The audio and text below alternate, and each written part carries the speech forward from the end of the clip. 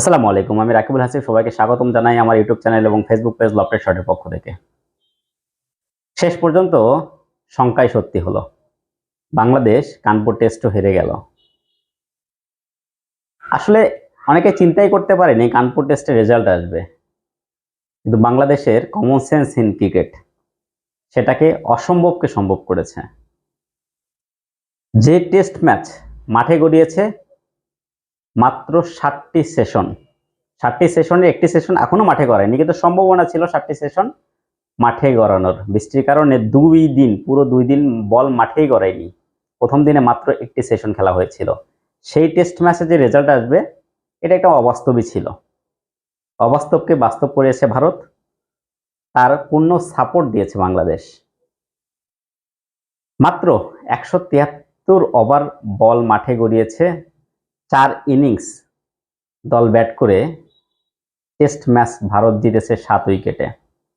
এই ধরনের একটা পারফরমেন্স, এই ধরনের হতাশাজনক লজ্জাজনক পারফরমেন্স, সেটাও কি না সবেমাত্র বাংলাদেশ ইতিহাস গড়া একটা সিরিজ শেষ করে এসে তার পরবর্তী সিরিজেই বাংলাদেশের এমন পরিস্থিতি দেখতে হলো। সত্যি কথা বলতে আমি এর আগেও বলেছিলাম, পাকিস্তানে আমরা সিরিজ জিতেছি, কিন্তু আমাদের যে ভুলগুলো ছিল, আমাদের যে সংশোধনের যে রাস্তাগুলো ছিল, সে জায়গায় কিন্তু আমরা খুব একটা কাজ করি নাই। কিন্তু আমরা ভারতের বিপক্ষে অনেকটা আত্মবিশ্বাসী ছিলাম। ক্যাপ্টেন নাজমুল শান্ত তিনিও বলেছেন আমাদের এই ধরনের কন্ডিশনে আরো বেটার ক্রিকেট খেলতে হতো। কিন্তু বাংলাদেশ আসলে কেন হেরে গেল? এই মাত্র 7টি সেশন এইরকম একটা টেস্ট ম্যাচেও বাংলাদেশ কিভাবে হেরে গেল? বাংলাদেশের এই পরাজয়ের পিছনে আমার কাছে সবচাইতে বড় যে কারণ মনে হয়েছে সেটা হচ্ছে গেম অ্যাওয়ারনেসের অভাব। আমরা ভুল থেকে শিক্ষা নিতে পারিনি। এর পাশাপাশি বড় দলের বিপক্ষে টেকনিক্যালি যে আরো সাউন্ড হওয়া দরকার, টেকনিক্যালি আরো যে স্ট্রং মেন্টালিটি নিয়ে ব্যাটিং করা দরকার, এবং প্রতিপক্ষ যে ছকগুলো পেতেছে সেই ছকগুলোতেই কিন্তু আমরা ধরা খেয়েছি। প্রতিপক্ষ আমাদেরকে প্রলুব্ধ করেছে, আমরা সেই পথেই পা বাড়িয়ে পা পিছকে পড়ে গেছি।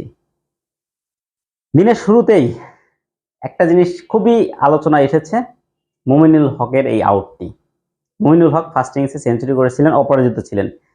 তিনি রবিচন্দ্র আশ্বিনের বলে দুর্দান্ত কিছু শট খেলেছেন, বিশেষ করে একটু লেগ স্ট্যাম্প বরাবর বলগুলোকে কিন্তু দারুণ তিনি সুইপ করেছেন। সেই সুইপগুলো বল গিয়েছে ফাইন লেগ এবং স্কোয়ার লেগ অঞ্চল দিয়ে। ওই জায়গায় ভারত কিন্তু বেশ সেই জায়গা নিয়ে কাজ করেছে এবং ওই ট্র্যাপে কিন্তু মুমিনুল হককে ফেলেছে। ইনিংসের একদম শুরুর বল সেটাও লেগ স্ট্যাম্পের বাইরে করেছে এবং মুমিনুল হক কিন্তু ওই আবারও সুইপ করতে গিয়েছিলেন, কিন্তু ব্যাটে বলে কানেক্ট করতে পারেননি। কিন্তু তখনও ভারত কিন্তু ওই লেগ স্লিপে কাউকে দাঁড় করায়নি। পরবর্তীতে ওভারে কিন্তু ওই একই ধরনের বল, কিন্তু ফিল্ডিংয়ে একটু পরিবর্তন। লেগ স্লিপে রাহুলকে দাঁড় করিয়ে ওই জায়গায় কিন্তু মুমিনুল হক আউট হয়েছেন। সুইপ করতে যেয়ে ব্যাটের কোনায় লেগে কিন্তু লেগ স্লিপে তিনি ক্যাচ দিয়ে ফিরে যান। এই আমাদের যে এই জায়গায় কাজ করার যে দুর্বলতা, আমাদের যে আরেকটু মেন্টালিটি স্ট্রং করার, আমাদের যে আরেকটু ম্যাচুরড ক্রিকেট খেলার যে দুর্বলতা, সেটা কিন্তু একদমই স্পষ্ট ফুটে উঠেছে। একটা পর্যায়ে মোটামুটি একটা পার্টনারশিপ নাজমুল শান্ত এবং সাদমান দাঁড় করিয়েছিলেন, কিন্তু সেটাও কিন্তু ভারতের বুদ্ধিদীপ্ত বোলিং চেঞ্জের কারণে সেটাও আর বেশি দূর এগোতে পারেনি। যে জায়গায় দুজন বাঁহাতি ব্যাটসম্যান, আমরা দুইজন বাঁহাতি ব্যাটসম্যান থাকলে স্বাভাবিকভাবেই ডানহাতি অফ স্পিনার দিয়েই বেশি বল করিয়ে থাকি। আশ্বিন সেই জায়গায় হয়তো কিছুটা কাজ করতে পারছিলেন না, কিন্তু রবীন্দ্র জাদেজাকে নিয়ে আসা হয় এবং রবীন্দ্র জাদেজাকে নিয়ে আসার পরে প্রথম ওভারে কিন্তু তাকে আমরা ব্রেক থ্রু তিনি এনে দেন এবং আমরা সেই জায়গায় বড় একটা সহায়তা তাকে প্রদান করেছি। আমরা অযথা রিভার্স সুইপ খেলতে যাই। নাজমুল শান্ত যে রিভার্স সুইপটা খেলেছেন এর আগে তিনি সফল হয়েছেন, কিন্তু আজকের যে ম্যাচটি, আজকের যে সময় ছিল সেই অনুযায়ী কিন্তু আমাদের আরো ধৈর্য নিয়ে ব্যাটিং করা উচিত ছিল। সেই জায়গায় কিন্তু বড় দুর্বলতা আমরা দেখেছি।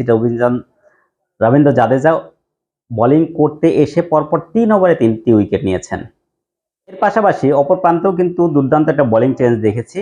সেক্ষেত্রে আকাশদীপকে যখনই নিয়ে আসা হলো তখনই কিন্তু আমরা ওই জায়গায় কিন্তু আবার ব্যর্থ হয়েছে এবং আকাশদীপকেও কিন্তু শুরুতে উইকেট দিয়েছি। আকাশদীপের ওই চেঞ্জিং বোলিং চেঞ্জিংগুলোকে আমরা কোনোভাবেই কিন্তু কাজে লাগাতে পারিনি, এবং শেষ পর্যায়ে যেও একটা পর্যায়ে জাসপ্রীত বুমরা যখন বোলিং আসলেন, একদমই ওইটা ছিল লাঞ্চ বিরতির আগের ওভার, সেখানে তাইজুল ব্যাটিং নিয়ে ছিলেন। তাইজুলকে ওই লাস্ট একটা ওভারে কিন্তু তাইজুলকে তিনি ফিরিয়ে দিয়েছেন।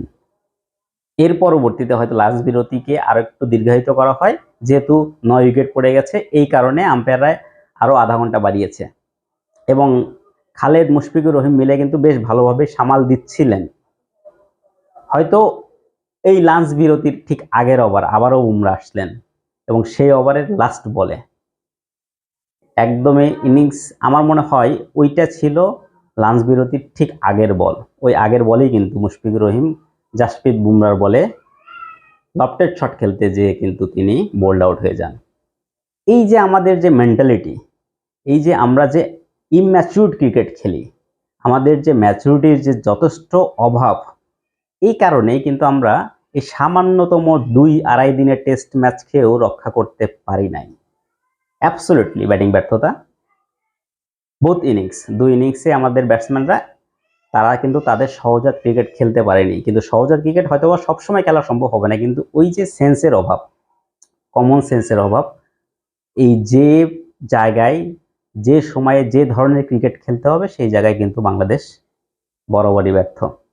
এখান থেকে শিক্ষা নেওয়ার হয়তোবা সুযোগ সময় সবই আমাদের আছে, কিন্তু আমরা বরাবরই ব্যর্থ হচ্ছি।